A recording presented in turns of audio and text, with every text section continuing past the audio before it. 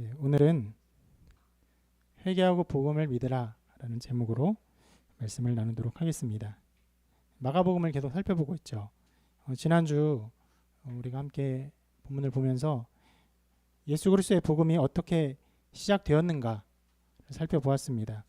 당시에 추종자가 굉장히 많았던 세례 요한이 예수님의 길을 준비하는 자일 뿐이다. 이것을 마가가 강조하고 있어요. 실은 헤롯까지도 두렵게 했던 요한이었는데 지난주에 헤롯이 잘못된 결혼을 했다고 하면서 제가 형의 부인과 결혼했다고 했는데 동생의 부인과 결혼한 것으로 정정을 합니다. 동생의 부인과 결혼한 것으로 인해서 그것을 세례 요한이 책망하기까지 했는데 그만큼 요한은 담대했고 또 헤롯도 함부로 요한을 하지 못할 정도로 요한이 어떤 면에서 굉장히 위대한 사역자인데 그런 사람도 고작 어떻게 보면 예수 그리스도의 길을 준비하는 자일 뿐이다 라는 것을 강조하고 있어요. 그래서 지난주에 본 것처럼 세례 요한의 수많은 사역에도 불구하고 세례 요한의 말을 직접 인용한 것은 이렇게만 인용하고 있죠. 나보다 능력 많으신 이가 내 뒤에 오시나니 나는 굽혀 그의 신발끈을 풀기도 감당하지 못하겠노라. 나는 너에게 물로 세례를 베풀었거니와 그는 너에게 성령으로 세례를 베푸시리라. 자, 이 말 자체를 보십시오. 세례 요한이 자기를 낮추고 있어요. 완전히 낮추고 있습니다. 종보다 신발끈을 푸는 그 종보다도 못한 존재다. 나는 그분의 신발끈을 풀 가치도 없는 비천한 존재다. 그리고 나는 물로 세례를 주지만 그분은 성령으로 세례를 베푸실 것이다. 라고 말하면서 자기를 한껏 낮추고 있습니다. 자, 그렇게 세례 요한이 자기를 낮추고 예수님을 높이신 것을 살펴보았고 예수님이 그렇게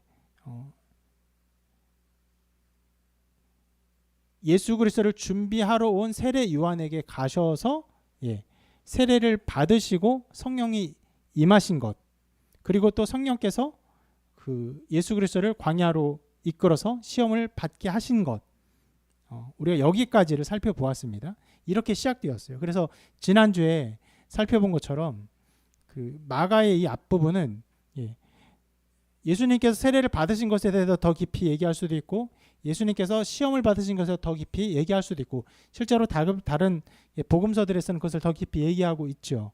그런데 그것을 굉장히 간략하게 말하면서 예수 그리스도가 세례 요한으로부터 준비되었고 그리고 예수 그리스도가 광야에서 성령을 받으시며 이 사역을 준비하시고 있다. 그리고 그렇게 사역을 시작하셨다를 간략하게 전하고 있습니다. 그리고 오늘 본문에서 이제 본격적인 예수 그리스도 사역이 시작되는데 제일 처음에는 이렇게 기록합니다. 요한이 잡힌 후 그 세례 요한을 말하는 것이에요. 그런데 여기서도 동일한 어떤 그 기록의 태도가 나와 있는데 세례 요한이 왜 잡혔는지도 말하고 있지 않아요. 이 투옥된 사건을요 어떤 면에서도 자세히 기록하고 있지 않아요. 그냥 잡혔다 그렇게 말할 뿐이에요. 그러면서 계속 말하기를 광야에서 예수 그리스도의 길을 준비하러 온 자일 뿐인 것. 여러분 어떤 면에서 예수 그리스도의 길을 광야에서 준비하러 온 요한이라면 광야에서 그렇게 외쳤고 또 광야에서 예수님께 세례를 베풀었고 그 예수님은 그렇게 세례를 받으심으로 성령을 받으시고 광야에서 시험을 받으심으로 모든 사역이 끝났잖아요. 사역 시작의 준비가 끝났잖아요. 그러면 요한의 일이 어떻게 됐을까요? 끝난 것이죠. 요한의 사명은 끝난 것이에요. 그래서 이 잡힌 후는 실제로 굉장히 슬픈 일이고 그 이스라엘 많은 백성들 특히 하나님을 따르는 백성들에게 참 안타까운 일이지만 마가는 그것을 그렇게 슬픈 어조로 기록하고 있지도 않아요. 그의 시대가 끝났음을 도리어 단정적으로 말하고 있을 뿐입니다. 그렇게 요한이 잡힘으로 선구자의 역할은 끝납니다. 앞에 와서 준비하고 외치는 자의 역할은 끝난 것이에요. 그러면 이제 어떤 시대가 시작됩니까? 예수 그리스도의 시대, 바로 성취의 시대가 본격적으로 시작된 것이에요. 그렇게 마가는요 있는 힘을 다해서 그리고 여러 가지 기록들을 기록하면서 예수 그리스도에게 모든 사람이 주목하고 집중하기를 바라고 있는 것이에요. 그러면서 장면이 전환됩니다. 요한이 잡힌 후라고 했는데 원래 이제까지 강조되었던 것, 여러분 지난주 설교 제목 기억이 나십니까? 기억나십니까? 기억나시는 분 있습니까? 세례 요한과 광야, 성령, 이것이었어요. 예. 세례 요한이 강조됐고 광야가 강조됐고 그래서 성령이 강조되었어요. 자, 그렇게 장소적으로 광야가 굉장히 중요하게 여겨졌어요. 이제까지. 어떤 곳이었냐? 세례 요한이 사역했던 곳이었어요. 그리고 예수님이 세례를 받으신 곳이었어요. 광야가. 그리고 예수님이 시험을 받으신 곳도 바로 광야였어요. 그리고 지난주에 살펴본 것처럼 이 광야는 원래부터 하나님께서 이스라엘 백성을 인도하신 곳이었습니다.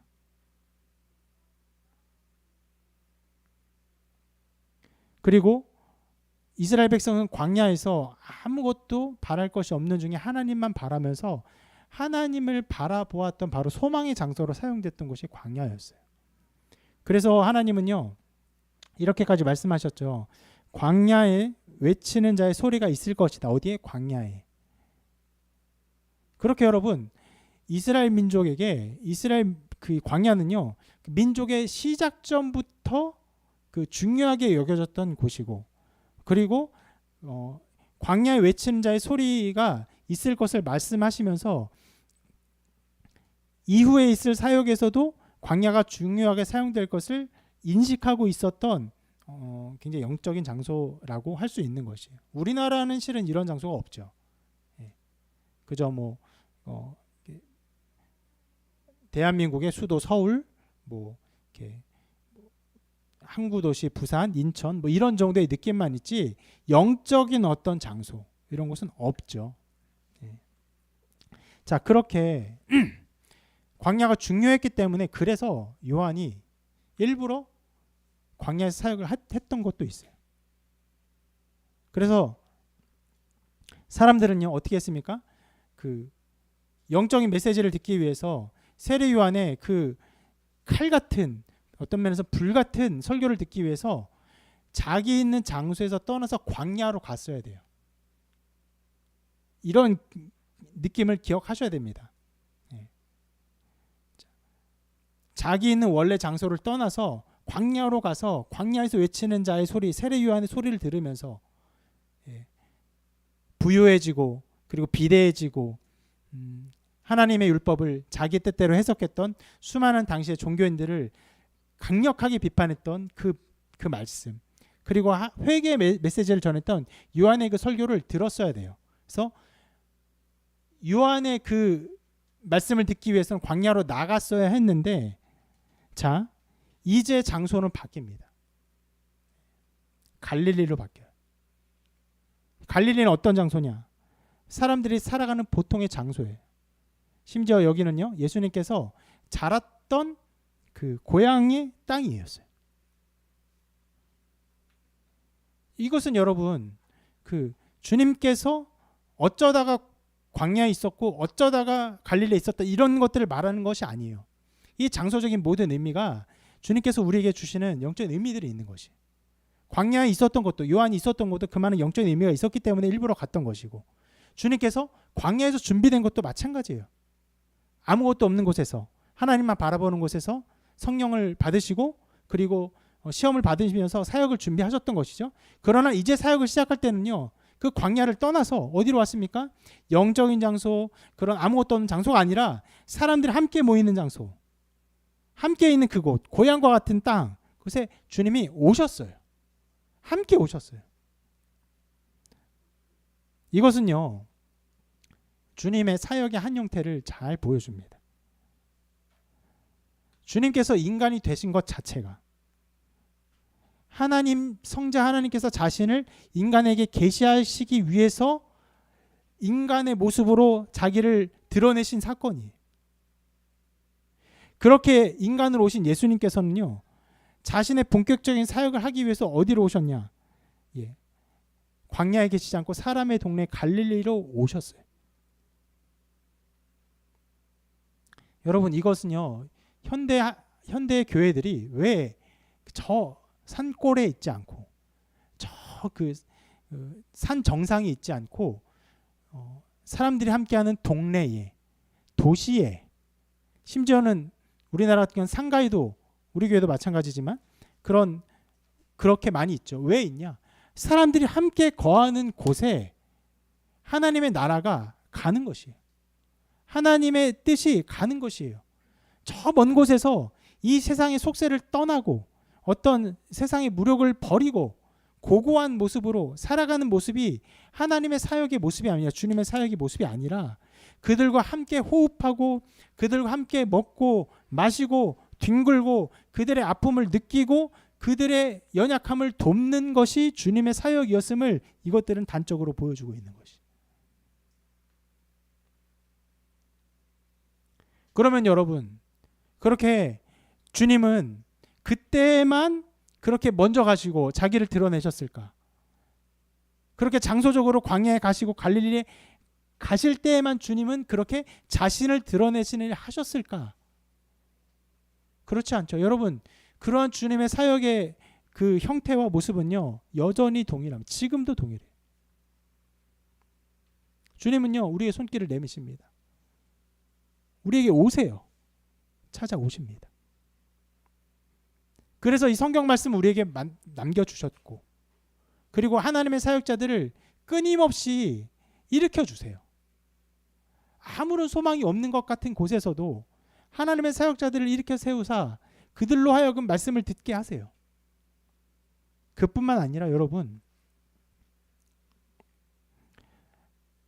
예수님을 믿고 이미 예수님을 믿은 사람일지라도 하나님의 은혜 가운데 다시 서기를 바라며 그 마음을 전적으로 하나님께 여는 모든 사람들은 느끼는데, 아, 주님이 나를 찾고 계셨구나. 전적으로 나를 찾고 계셨구나. 숨어 계시지 않고, 심지어는 어떤 면에서는 내가 돌이키기를 가만히 기다린 것도 아니고 정말 주님의 모든 마음과 열심을 가지고 나를 찾고 계셨구나. 우리가 생각하는 인위적인 방법이 아니지만, 우리가 생각하는 어떤 강제적인 방법이 아니지만, 우리를 강제적으로 끌어내는 그런 방법이 아니지만, 그러나 우리를 만나기 위해서, 우리를 돌이키기 위해서 그 손을 베풀고 계셨구나라는 것을 알게 됩니다. 그렇게 갈릴리를 오신 예수님께서 하나님의 복음을 전파하십니다. 이렇게 전파하시는데요. 내가 찾고 하나님의 나라가 가까이 왔으니 회개하고 복음을 믿으라. 때가 찼다라고 외치십니다.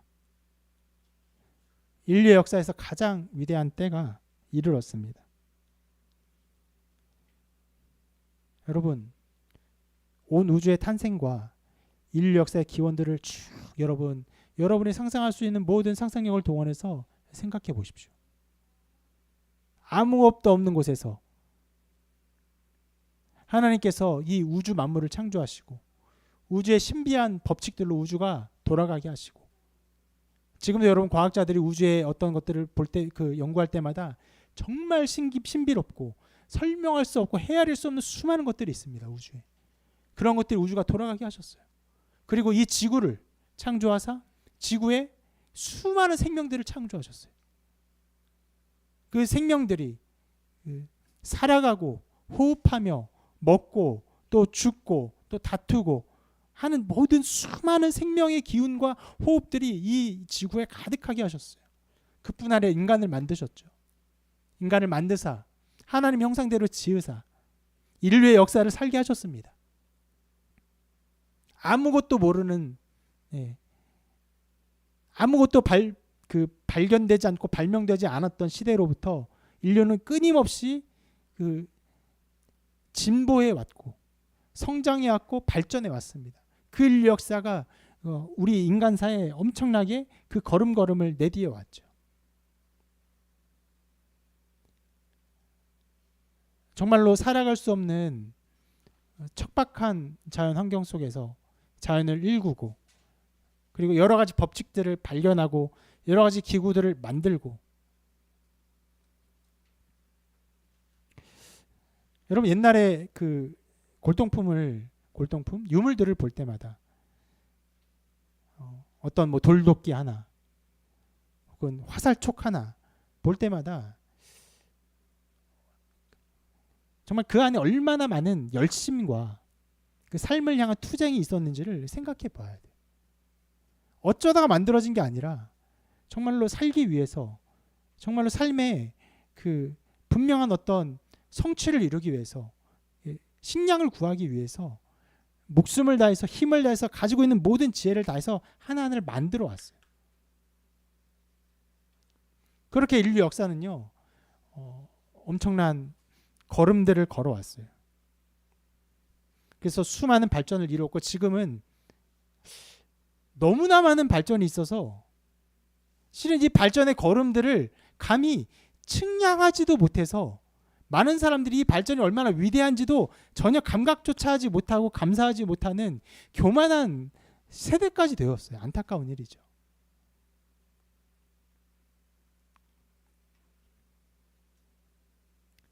그렇게 인류의 역사는 수많은 시기와 어떤 때가 있었어요.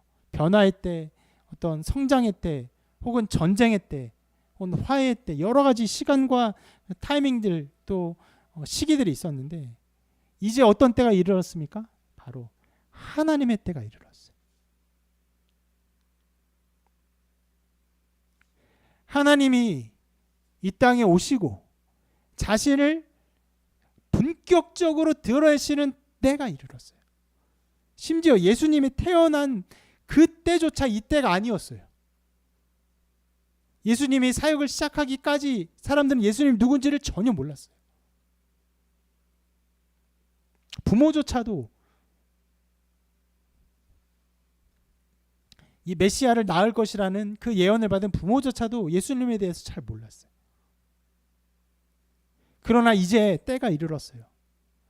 하나님의 구원의 때, 하나님이 자신을 선명하고 밝히 모든 인류 가운데 누구도 모를 수가 없을 만큼 밝히 자신을 드러낸 그 때가 이르렀어요. 때가 찼습니다.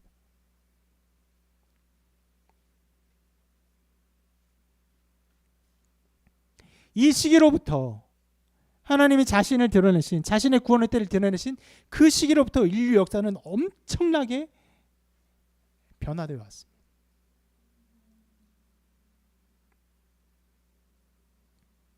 그래서 전 세계 사람들은 이후에 함께 합의하여 이 때를요, 바로 주후 1년이라고 칭하게 되죠. 여러분들 몇 년생이십니까?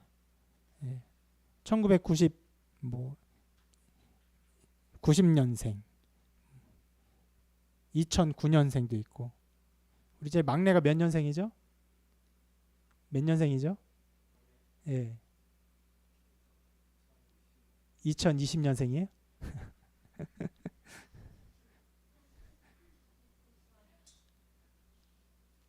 막내가 2020년생. 그게 뭘 의미합니까?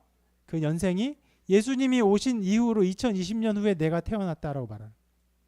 실은 모든 사람은 다 그것을 고백하고 있어요. 자기의 생년을 통해서 예수님이 오신 것을 고백하고 있어요. 나 1940년생이요. 무슨 말입니까? 예수님이 오신 이후로부터 나는 1940년 있다가 태어난 사람입니다. 라고 고백하고 있는 거예요. 근데 정말 많은 사람들이 1940년, 1950년, 이 서기 1년 이게 무슨 의미인지도 모르고 예수 그리스도가 있었냐, 그런 사람이 어딨냐, 그런 사기꾼이 어딨냐, 그런 이상한 종교 믿지 말아라라고 비난하죠. 정말 있었던 역사적 사실들, 전 세계에 엄청난 영향을 끼쳤던 예수 그리스도의 이 놀라운 족적들을 전혀 알지 못하고 이해하지 못하고 생각하지 못하고, 실은 자기의 생년이 그것을 다 고백하고 있음에도 불구하고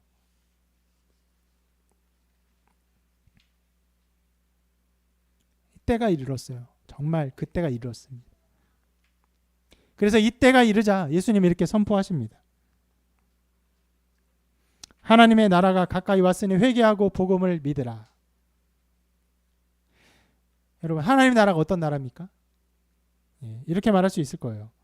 하나님이 통치하는 나라, 하나님의 통치로 다스려지는 백성들이 있는 나라.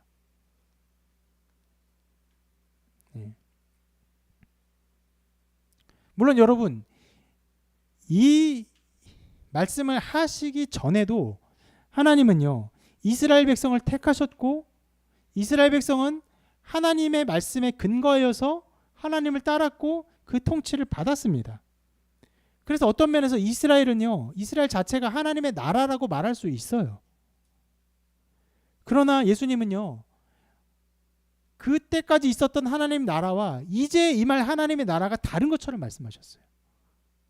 그것이 이제 임하게 되었다고 새롭게 올 나라를 말씀하셨어요. 이것은 다른 나라예요. 이스라엘과 다른 나라이기 때문에 그렇게 말씀하신 것입니다. 그 나라가 어떻게 해요? 가까이 왔다라고 말씀하십니다. 이것은 조금 오해가 있을 수 있는 말이에요. 가까이 왔다 하면 온 것입니까? 안 오신 것입니까? 아직 안 온 것이죠. 그래서 하나님 나라가 오지 않았구나라고 생각할 수 있지만 그것은 하나님의 나라가 이미 임했지만 그 실체를 드러내지 않았기 때문에 이렇게 말씀하신 거예요. 예수 그리스도가 이 땅에 오심으로 이미 하나님 나라는 임했습니다. 그런데 여러분, 예수님이 오셨고 태어나셨고 30년까지 지금 어떤 삶을 사셨는데 그 예수님을 따라서 추종했던 사람들이 있습니까? 없습니까? 예수님의 말씀에 근거해서 삶을 살아왔던 사람들이 있습니까? 없습니까? 없었죠. 그런 면에서 아직 하나님 나라가 온 건 아니에요. 그러나 이제 예수님께서 무엇을 하십니까? 가르치죠. 첫 번째 가르침은 이거죠. 하나님 나라 가까이 왔으니 회개하고 복음을 믿으라. 이렇게 가르침을 외친 이후로부터 수많은 사람들이 예수님의 가르침에 따라서 예수님의 통치를 받아 살아가는 사람들이 생기죠. 그렇게 새로운 하나님 나라가 일어나기 때문에 가까이 왔다라고 말씀하신 거예요. 그리고 이미 말했어요. 뭐라고요? 앞에 때가 찼고, 이미 찼어요. 찰고 거의 다 찬 게 아니라 이미 찼어요. 때가 이르렀어요.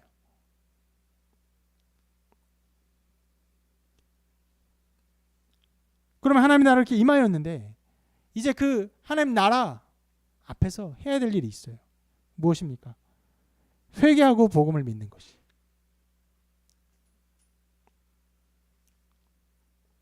이것이요. 하나님의 나라 앞에 있는 사람들이 해야 할 가장 핵심적인 일입니다. 어디나 어느 나라나 그 나라의 국민이 되기 위해서는 갖춰야 될 조건들이 있어요. 우리나라도 그런 조건들이 있죠. 귀화를 하려면 시험을 봐야 됩니다. 한국어를 꽤 잘해야 돼요. 그리고 어느 정도 이상의 거주 기간이 필요해요. 한국어를 아무리 잘하는 사람이 왔다 할지라도 오자마자 나 한국어 시험 볼래요, 귀화 시험 볼래요, 바로 통과할 수가 없어요. 어떤 자격 요건들이 있어요. 자격 요건들이 있어야 그 나라의 국민이 될 수 있는 것인데 하나님 나라가 이제 임했는데 그 나라에 들어갈 그 사람들의 자격 요건이 무엇입니까? 이것이에요. 회개하고 복음을 믿는 것이.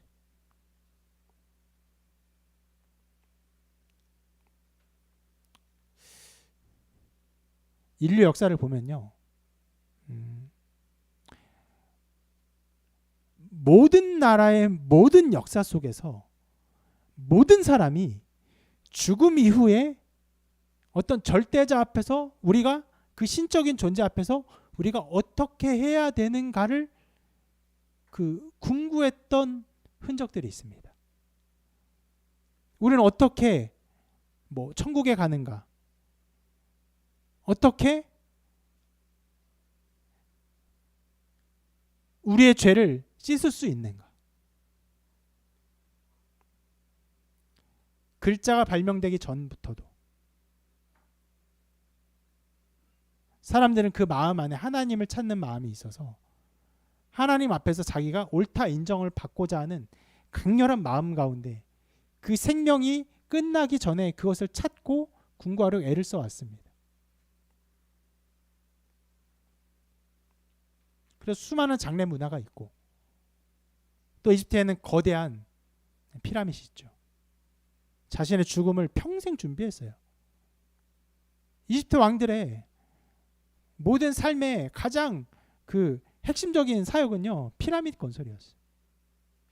자기의 죽음 이후를 준비하는 것이었어요. 그래서 여러 모양의 종교적 형태와 관행들이 있습니다. 어떤 곳에서는 굉장한 고행을 해요. 어떤 경우에는 헤아릴 수 없는 깊은 지혜를 추구합니다. 또 보이지 않는 신에게 바치는 수많은 제물들, 어떤 헌신들 이런 것들이 그들의 삶과 그 사회 문화 속에서 하나의 그 틀로서 자리 잡고 있습니다. 그러면 여러분, 인류 역사는요, 정말로 그 죽음 이후에 신 앞에 어떻게 인정함을 받는가를 추구했던 역사의 걸음들이다라고 말할 수도 있는 것이. 근데 주님이 여기서 아주 선명하게 선포해요. 모든 인류가 서야 될 그 위치를 말합니다. 선명하게 외쳐요. 뭐라고요? 회개하고 복음을 믿으라. 이 외침을 하신 이후에 마가는요, 이 회개하고 복음을 믿는 것이 실은 신학적인 수많은 그 논지들이 있고 논쟁점들이 있고 또 알아야 될 것들이 많이 있어요. 그런데 그런 거 싹 말하지 않아요. 그리고는 이 회개하고 복음을 믿는 것이 어떻게 예수 그리스도의 삶 속에서 다른 사람에게, 예수를 만난 모든 사람에게 이루어졌는가를 쭉 보여줍니다. 그것이 복음서예요. 그리고 우리가 오늘 보는 이 말씀에서는 가장 먼저 제자들이 주님의 이 부르심에 응답하는 것으로 바로 회개하고 복음을 믿는 것이 어떻게 실제적으로 나타나는가를 보여주고 있습니다. 마가복음에서는 두 번에 걸쳐 제자를 부르는데, 가장 먼저 오늘 본문에서요, 시몬과 그 형제 안드레를 부르십니다. 그들이 바다에 그물 던진 것을 보시고는 이렇게 말씀하세요. 나를 따라오라. 내가 너희로 사람을 낚는 어부가 되게 하리라. 이러니까 어떻게 하죠? 곧 그물을 버려두고 따르니라. 자, 여기서 회개하고 복음을 믿는 것의 한 모습을 보여줍니다. 이것은 바로 새로운 제자도예요. 주님은 제자들에게 이렇게 명령하셨어요. 나를 따라오라. 이것은 바로 예수님과의 새로운 관계를 말하는 것이에요. 주님을 따르는 자예요. 회개하고 복음을 믿는 자는요, 주님을 따르는 자예요. 주님과 함께하는 자예요. 주님의 삶을 사는 자예요. 그것이 바로 회개하고 복음을 믿는 자의 삶이에요. 그리고 또 이렇게 말씀하셨죠. 사람을 낚는 어부가 되는 것에 대해서 말씀하셨어요. 이것은 바로 예수 그리스도께서 하시려는 사역에 전적으로 헌신할 것을 말씀하시는 거예요. 여러분, 이것이 바로 회개하고 복음을 믿는 것의 열매예요.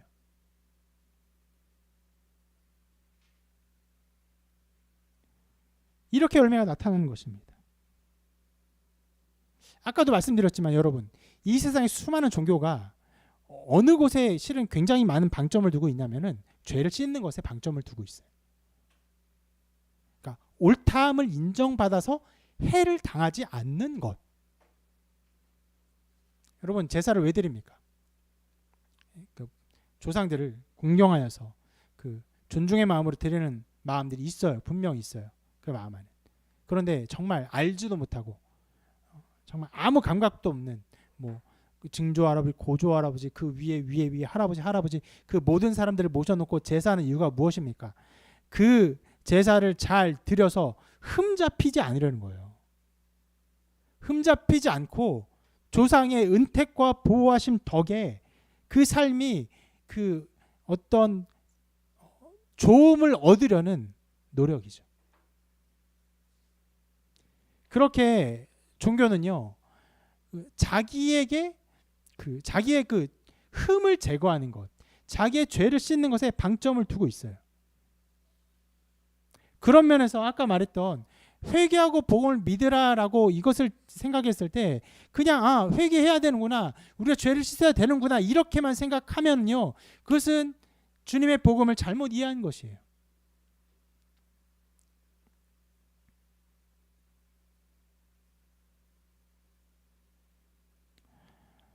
단순히 죄를 씻는 것이 아니라 이것은요, 하나님과 언약적 관계를 맺는 것을 말하는 것이에요.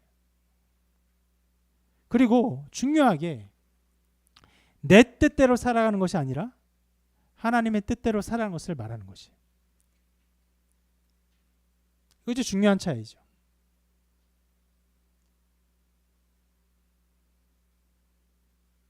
내 뜻대로 살아요. 그러다가 어떤 죄를 지어요. 근데 이 죄를 상쇄하기 위해서 여러 가지 일들을 해요. 그 죄를 씻기 위해서 뭐 제사도 드리고 여러 가지 일들을 해요. 제물도 바치고 또 어떤 돈도 바치고 어마어마한 돈을 바칩니다, 여러분. 그런데 여러분, 내 뜻대로 살아가는 것은 전혀 변하지 않는 것이죠. 기독교의 복음은 그것과 달라요.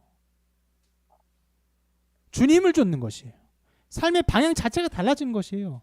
죄를 씻는 것, 죄를 상수하는 것 정도가 아니라 그 삶의 방향 자체가 주를 따라가는 것이고 주님의 그 뜻, 사람을 낚는 일에 자신의 삶을 드리는 헌신하는 것을 말하는 것입니다. 그래서 제자들은 이 부르심에 응답했습니다. 자기가 살아가던 삶을 완전히 바꿨어요. 이전에는 어떤 삶을 살았습니까? 여기서 하나의 그런 매개가 나오는데 바로 이러한 이것을 의지했죠. 금을 의지했습니다.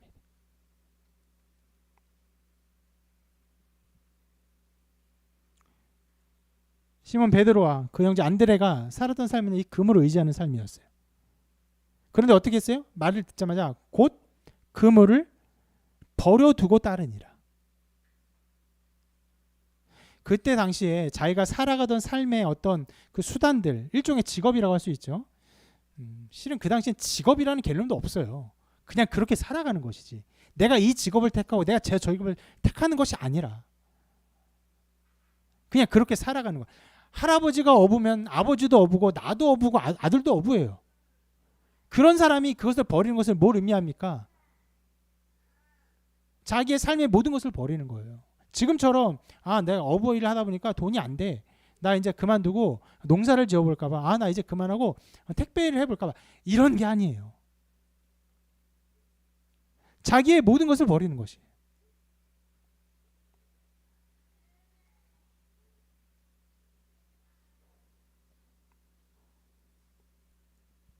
그런 사회에서 시몬 베드로와 안드레는요, 이 그물을 자기가 의지했던 이제까지 살아왔던 삶의 전체인 것을 버려두고 곧 주님을 쫓습니다. 그 이후에 야고보와 그 형제 요한도 부르시는데, 자, 이번에는 뭘 버렸는지를 여러분 잘 보십시오. 동일한 어부의 일을 하긴 했던 것 같아요. 그물을 깁고 있었거든요. 그런데 그물을 버리지 않았어요. 이렇게 말하고 있어요. 아버지 세베대를 품꾼들과 함께 배에 버려두고 예수를 따라갔다라고 기록하고 있어요. 자, 이것을 보면요, 품꾼이 있었던 것으로 보아서 어느 정도 부유했던 것으로 보여요. 그럼 여러분, 그 당시에 부유했던 사람은요, 당연히 부를 가지고 있는 아버지의 전적으로 의탁한 삶을 살아요. 그리고 그렇게 살면 어떻게 됩니까? 나중에 그 아버지의 부가 모두 자기 것이 되죠. 지금처럼 뭐 상속세가 있는 것도 아니고 다 자기 것이 되는 것이에요. 그런데 그것을 의지했기 때문에 이 야고보와 요한은요, 그물을 버려뒀다 말하지 않고 아버지를 버려뒀어요. 그 앞에 베드로와 안드레는요, 그렇게 버릴 아버지가 있지 않았던 것 같아요. 그러니까 부모가 없었다는 의미가 아니라 그렇게까지 의지할 만한 아버지가 있었던 것 같지가 않아요. 그들은 그물을 의지하는 자였어요. 그런데 그것을 버려두었어요. 그런데 여기서는요, 아버지를 버려두었어요. 왜냐하면 이 사람들은 그물을 의지한 사람이 아니었어요. 아버지를 의지했던 사람들.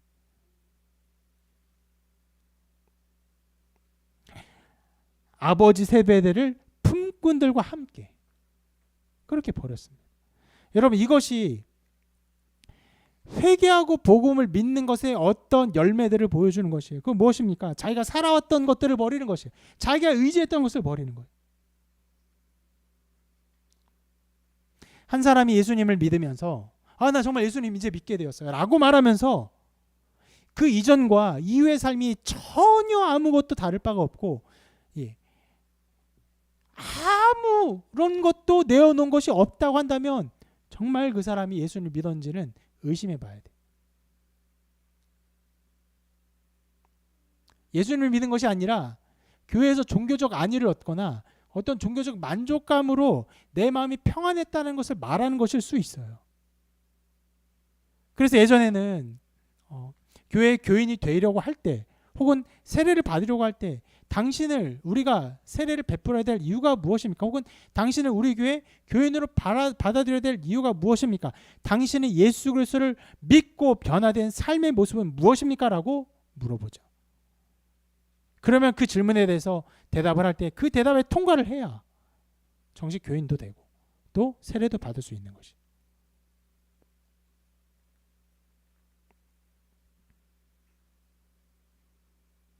주님의 부르심은요, 이전과 다른 삶을 야기시킵니다. 절대로 같지 않아요. 이 사건 이후로도 수많은 사람들이 예수님을 만납니다. 정말 어마어마하게 많은 사람이 예수를 만났던 모든 사람들의 삶은 다 변화되었어요. 어떤 형태와 모양으로든 다 변화되었어요. 한 사람도 이전과 전혀 다를 바 없는 똑같은 삶을 산 사람은 아무도 없어요. 물론 성경을 보면요, 예수님을 만났는데 이전과 다르지 않아, 그러니까 이전의 삶과 다르지 않은 삶을 살았던 사람들이 나와요. 이전 것을 포기하지 않고 그냥 똑같은 삶을 살았던 사람들이 나옵니다. 어떤 사람들입니까? 바로 회개하고 복음을 믿지 않은 사람들이에요. 부자 청년과 같이 자기가 가진 부유함을, 그 돈을 생각하면서 근심하면서 그냥 돌아갈 뿐이었어요.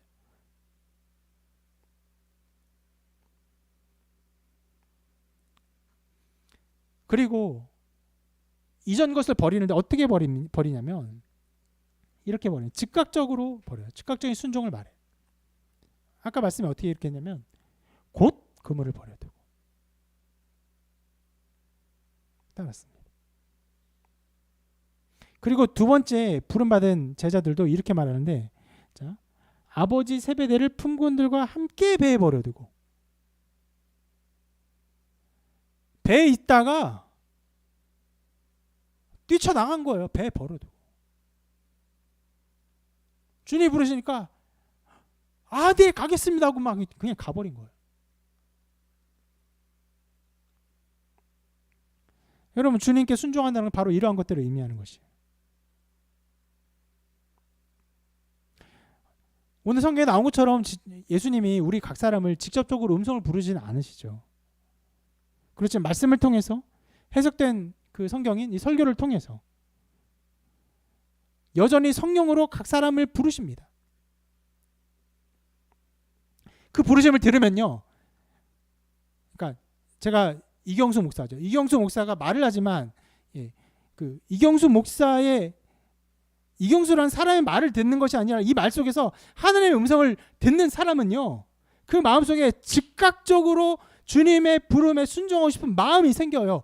그 딜레이 시키고 싶지 않아요. 그 뒤로 물러나게 하고 싶은 생각이 없어요.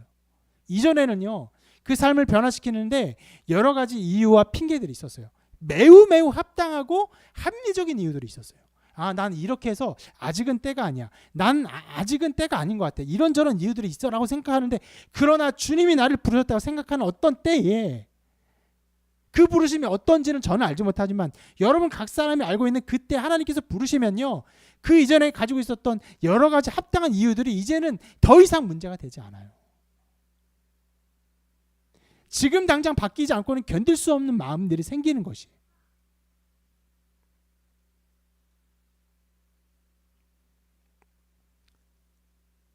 그것이 주님의 복음을 듣고 주님의 부르심을 듣고 따라가는 자들에게 일어나는 일입니다.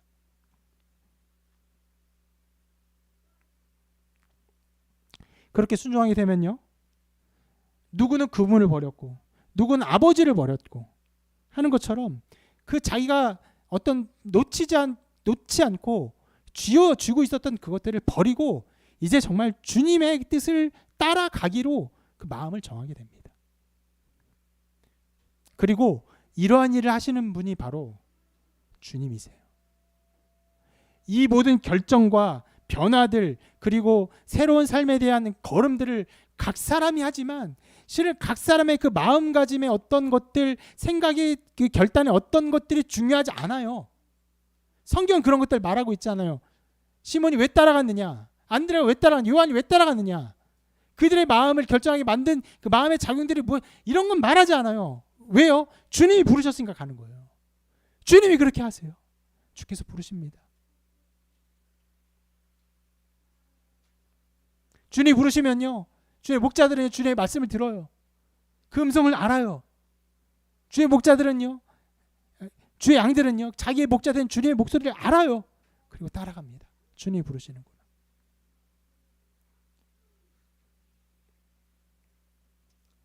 갈릴리 해변에서 일어난 이 작은 일은 정말 별거 아닌 일이에요. 예수님이 네 사람을 부르셨고 그 사람 따라왔어요. 아주 작은 일이지만 그러나 이것은요, 전 세계의 역사를 변화시키는 변화의 시작이었어요. 이것은 흡사 나중에 예수님께서 하신 말씀의 성취처럼, 하나의 그 모형처럼도 보여요. 이런 말씀이죠. 겨자씨 하늘과 같으니 땅에 심길 때에는 땅 위의 모든 씨보다 작은 것이로되 심긴 후에는 자라서 모든 풀보다 커지며 큰 가지를 내나니 공중의 새들이 그 그늘에 깃들일 만큼 되느니라. 아주 작은 겨자씨가 심기지만, 정말 눈에 보기도 힘든 겨자씨가 심기지만 자라면 어마어마한 큰 나무가 되어서 수많은 새들이 거기에 깃들일 만큼 되는 것처럼, 주님의 부르심이 있고 부르심에 그 순종하는 그 믿음이 있으면, 그것은 작아 보이지만 그 부르심에 순종하는 일들을 통해서 수많은 역사들이 일어나는 것입니다.